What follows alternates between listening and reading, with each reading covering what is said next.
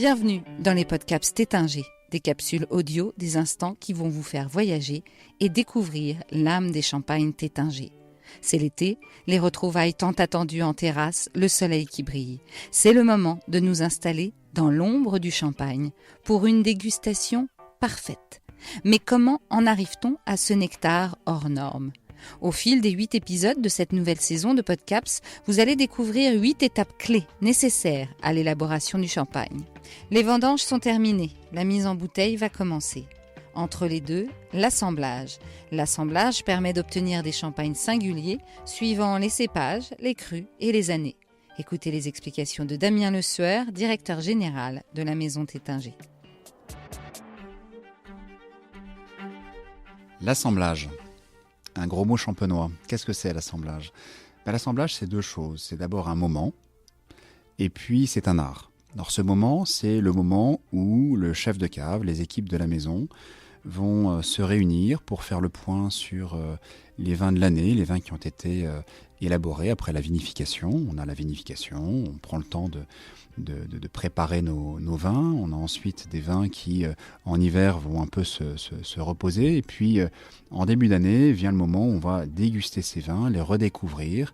Voilà, ils sont prêts pour que nous puissions les assembler, c'est-à-dire les mélanger, les associer les uns les autres, de façon à construire, à écrire les différentes cuvées de l'année. Alors, deux types d'assemblages. Il y a les assemblages de vins millésimés, donc qui sont construits uniquement à partir des vins de la récolte, et les assemblages des bruts sans année, qui sont des vins dans lesquels on va assembler des vins de l'année et des vins d'autres années, d'autres millésimes. On a finalement dans un assemblage un ensemble de bruts sans année, un ensemble de millésimes différents qui vont venir complexifier cette cuvée.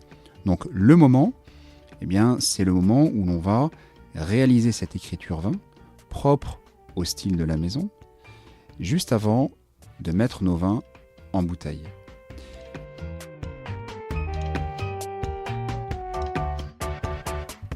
Et après, c'est un art.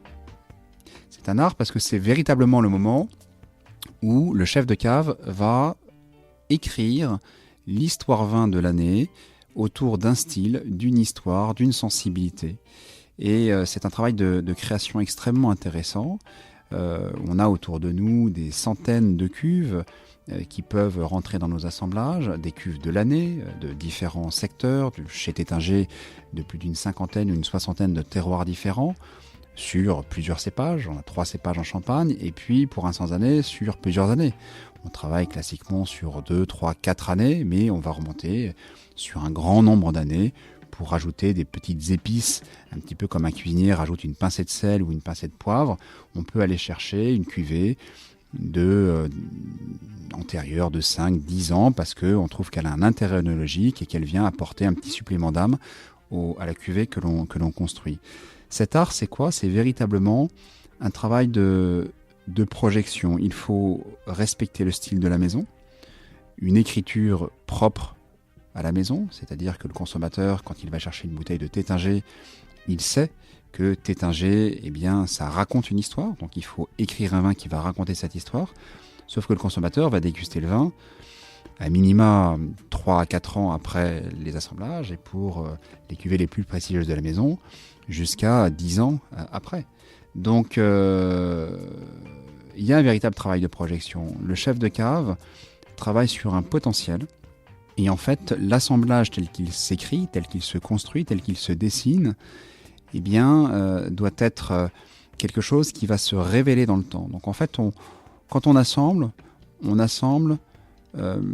en vue d'un potentiel, en vue d'une révélation, en ayant à l'esprit que cette révélation, elle ne va pas être immédiate. Si jamais on assemble des vins en vue de les déguster 3 ans après, eh bien, c'est pas le même travail qu'un assemblage en vue d'une révélation 10, 15 ou 20 ans après. Donc, tout le travail du chef de cave, tout le travail des équipes œnologie de la maison, c'est véritablement d'être à la fois dans le respect du style de la maison et à la fois dans la projection de ce que seront les vins au moment où le consommateur les ouvrira sur sa table.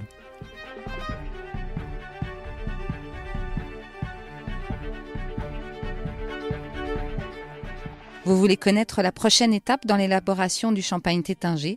Retrouvez tous les épisodes de l'âme d'une maison sur les plateformes de podcast et sur le blog theinstantwen.taittinger.fr.